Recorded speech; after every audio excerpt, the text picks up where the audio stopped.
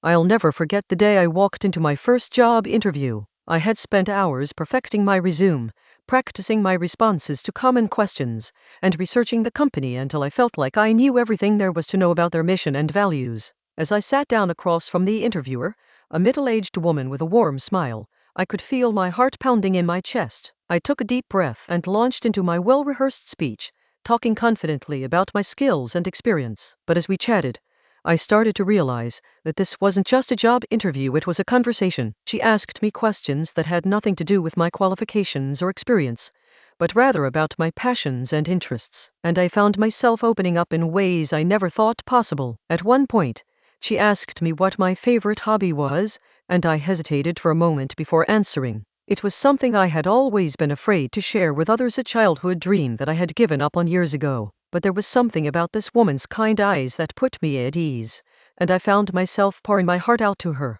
As we wrapped up the interview, I felt like I had left something behind in that moment, something fragile and precious, something that I couldn't quite put into words. And when she smiled at me and said, "We'll be in touch soon," I knew that I had given her a piece of myself, a small but significant piece of my soul. Months went by, and I heard nothing from the company. I assumed I hadn't gotten the job, and moved on with my life. But then one day, I received an email inviting me to come in for another interview. This time, there was no question about it. I knew I had nailed it. As I walked into that same office building a few days later, I felt like I was walking back into a piece of myself, and I thought I had left behind. And when the woman with the warm smile looked up at me and said, "Welcome to the team," I knew that this time, we were. What would you do in this situation? Follow for more stories.